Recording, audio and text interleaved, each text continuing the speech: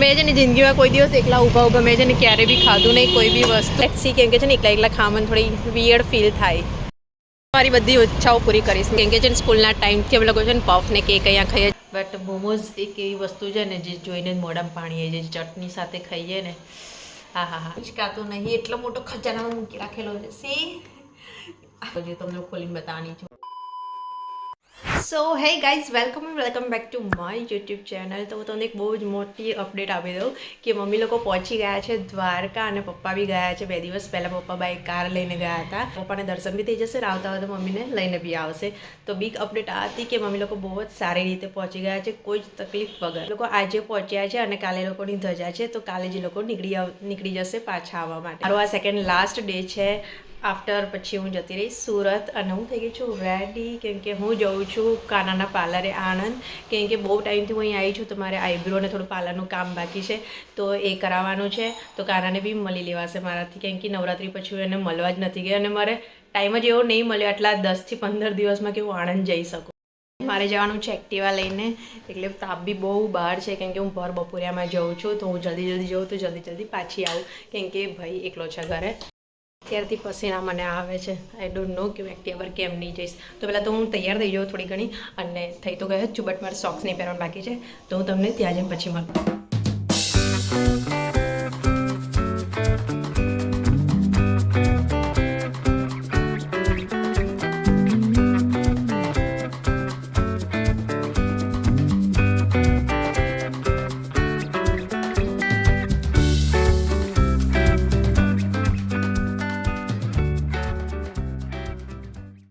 આવામાં એટલી તકલીફ પડી છે ને વાત નહીં પૂછો મને કેમ કે છે ને એક્ટિવાના કાન નહોતા. કાન મીન્સ કે છે ને એક્ટિવાના મિરર નહોતા.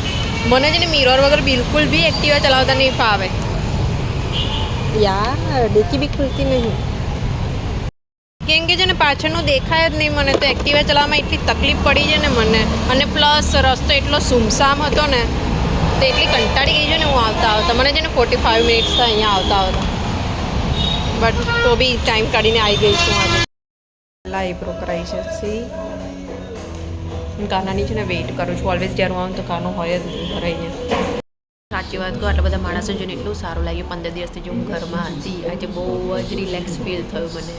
બટ મારે છે ને વારમાં કંઈ કરાવવાનું નહોતું. એક્ટિવા પર વાર તો જો કેવા થઈ જાય બટ સ્ટીલ બહુ સારું લાગ્યું આનંદ આવી.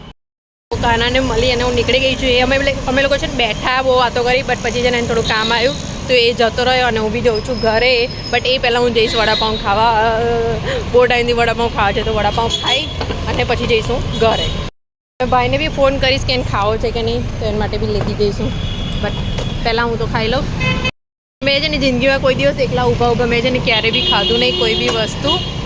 તો આજે મને થોડું વિયર્ડ ફીલ થશે બટ લાસ્ટ ટાઈમ તો છે ને મારી જોડે છે ને જોઈ હતી તો બી હું જોઈને યાદ કરીશ બટ લેટ્સ સી કેમ કે છે ને એકલા ખાવાનું થોડી વિયર્ડ ફીલ થાય.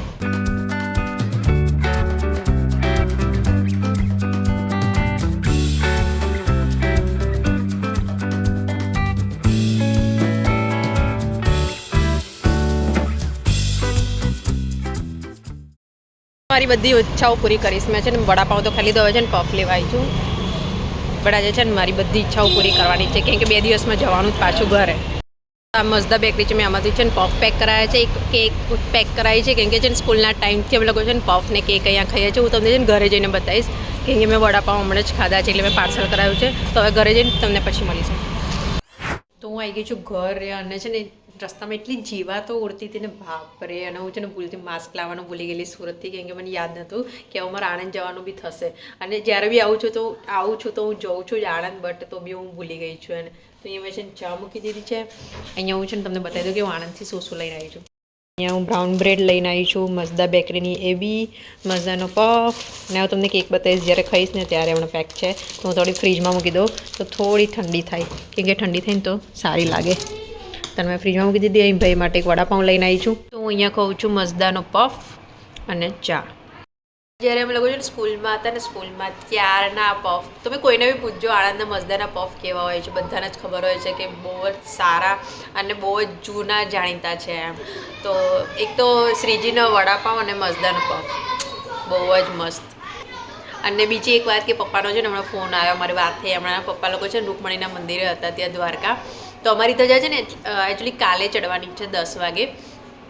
તો કાલે મેં મમ્મીને કીધું છે જો તે વિડીયો નહીં ઉતાર્યો તો તને પાછી દ્વારકા મોકલીશું વિડીયો ઉતારવા. તો મેં કીધું છે કે આપણે ધજા ચડે ને એનો વિડીયો ઉતારજે પ્રોપર વાળો, તો મારા વ્યુઅર્સને મને બતાવવા ચાલે કે કેવી ધજા અહીંયા જે હતી ને એવી જ જો એ ધજા ત્યાં હશે ને તો હું સમજી જઈશ કે અમારી જ ધજા છે એમ.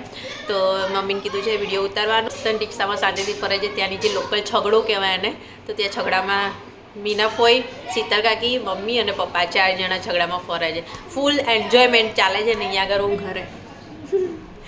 તો હું બી જવાની હતી બટ મારો સમહાવ મારાથી જવાયું નહીં. પણ મારો કંઈક પ્લાન બીજો કંઈક છે. આ ટૉપિક પર છે સુરત જઈને વાત કરીશું. સરપ્રાઈઝ છે થોડી. તો હું ચા અને નાસ્તો કરી લઉં પહેલાં અને પછી તમને મળું. તો સબવે ખાવાની થઈ ગયેલી બટ પછી બહુ વહેલું થઈ જાય એટલે પછી મેં ના લઈને આવી. તો અહીંયા છે ને ભાઈ દૂધ લઈને આવ્યો છે તો દૂધ ગરમ કરું છું હું. અને આજે ડિનરમાં છે ને બહુ કંઈ ખાસ નહીં, ખીચડી છે ને બપોરની એ વઘારવાની છે ડેટ્સ ઇટ. અને ભાઈ મારે જે વડાપાઉં લઈને છે ને મેં તો ઓલરેડી પફ ખાઈ લીધો છે એટલે એમ બી બહુ કંઈ ઈચ્છા નથી. સબવે પછી અહીંયા એક મારી હજી ખ્વાઈશ રહી છે જે સુરત જઈને પૂરી થશે એ છે મોમોઝ ખાવાની. તો અહીંયાથી જઈશ ને જ્યારે તો ટ્રેનમાંથી ઉતરીશ ને એટલે હું ચિરાગને કહીશ કે મને મોમોઝ ખાવા લઈ જાય છે. જે હું મોમોઝની રીલ જોઉં છું ને મારું દિલ ત્યાં જ પીગળી જાય છે એમ. તો ઓબ્વિયસલી હું છે ને સુરત જઈશ તો પહેલું ડીશ હું છે ને મોમોઝની ખાવાની છું. સબવે તો એમ બી ખાયા કરીએ છીએ બટ મોમોઝ એક એવી વસ્તુ છે ને જે જોઈને મોઢામાં પાણી આવી જાય. ચટણી સાથે ખાઈએ ને હા બહુ મજા આવે મોમોઝ ખાવાની. તડપ ही ऐसी है ना.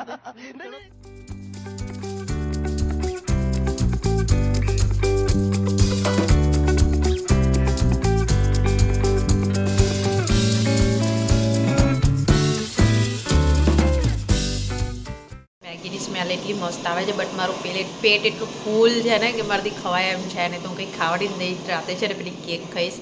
બસ આજનો કોટો મારો છે ને ખતમ થઈ ગયો છે ખાવા પીવાનો. તો હજી છે ને ખાય છે જી. વાહ, મેં ડબલ મસાલા બનાવી છે. મેગીની અંદર છે ને બીજો જે ડબલ મસાલાવાળો મસાલો આવે ને એ બી નાખ્યો છે અંદર. તો એટલી મસ્ત સ્મેલ આવે છે ને મને. A few inches later. મારું કામ અહીંયા ખતમ થઈ ગયું છે. મસ્તન પ્લેટફોર્મ, વાસણ ને બધું જ કામ ખતમ કરી દીધું છે.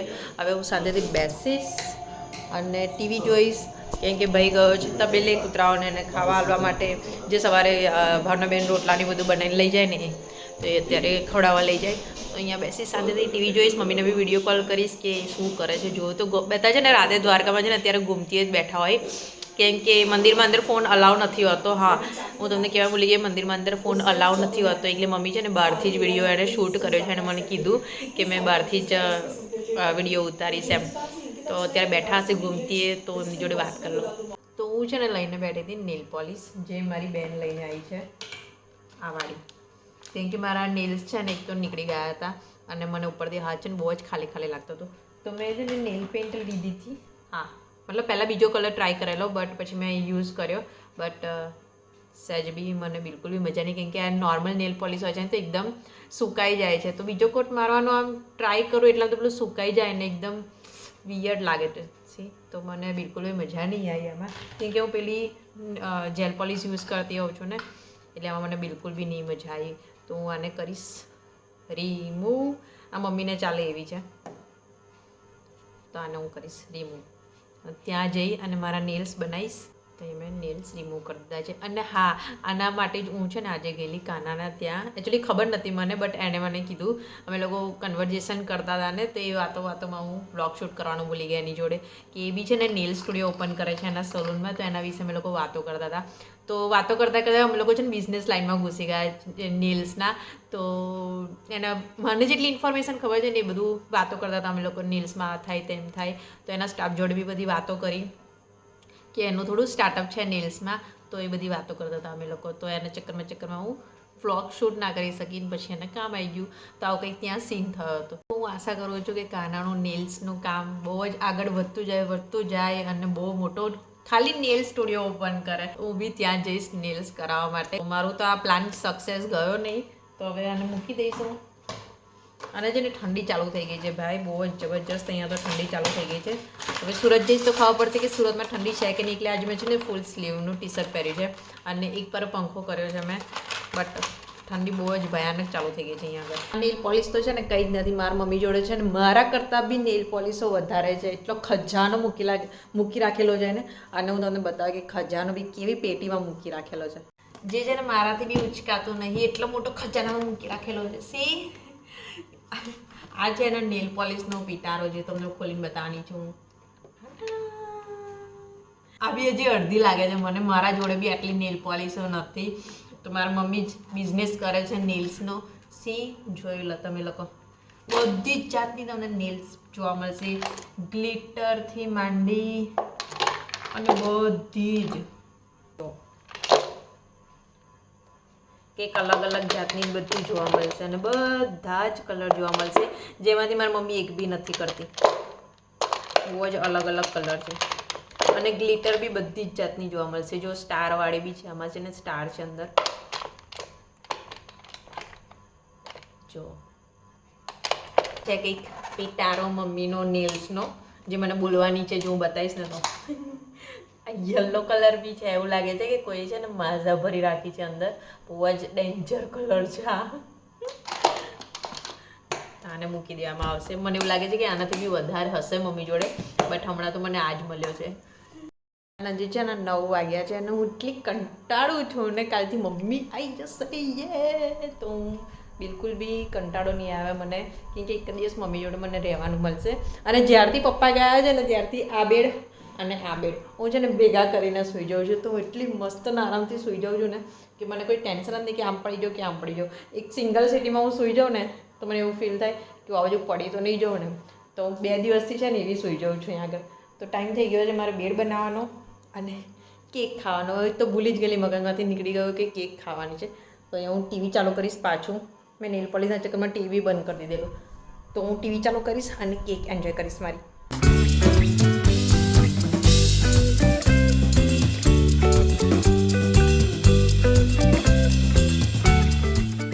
મારો બેડ રેડી થઈ ગયો છે અને સોરી મેં છે ને એક બાઇટ ઓલરેડી ખાઈ લીધું છે, કેમ કે મેં કાઢીને મારથી રહેવાતું નહોતું ખાધા વગર.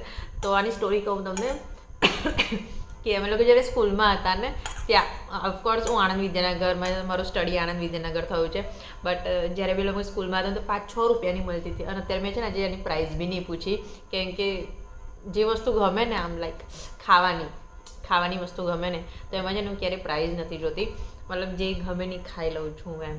તો આજે ઓફકોર્સ આની છે ને 30થી આઈ થિંક 20 કે 30 રૂપિયા યાદ બી નથી. અને પૈસા લીધા તો બી મને યાદ નહીં, કેમ કે મને એવું ઈચ્છા હતી કે હું ત્યાં જ ખાઈ લઉં. બટ છે મેં વડાપાઉં ખાધેલા ને તો મારા પેટમાં જગ્યા બિલકુલ બી નથી. અને અત્યારે બી તમે જોઈ શકો છો કે મેં છે ને એક બાઇટ લઈ લીધું છે. આવી કંઈક સ્ટોરી હતી આની. નાના ખાધા આ અને એક છે ને વડાપાઉં, એ ખાયા વગર હું રહું જ નહીં એને એમ. તો આ ફેવરેટ છે ને મુદિતની બી છે. જ્યારે બી હું બહુ પહેલાં હું જ્યારે આવી હતી ને તો એના માટે લઈ ગયેલી હું. તો એને બી બહુ ભાવતી હતી. આ બેડ રેડી છે, મારી કેક રેડી છે, ટીવી ચાલે છે અહીંયા આગળ. તો આ બ્લોગ અહીંયા જોઈન કરું છું. આઈ હોપ કે તમને આ બ્લોગ ગમ્યો હશે. તો આપણે નેક્સ્ટ બ્લોગમાં મળીએ. પ્લીઝ કાલનો બ્લોગ જોવાનો બિલકુલ બી મિસ નહીં કરતા, કેમ કે કાલે રજાનો દિવસ છે ઓફકોર્સ. તો હું એ કાલનો બ્લોગ તમને જરૂરથી બતાવીશ.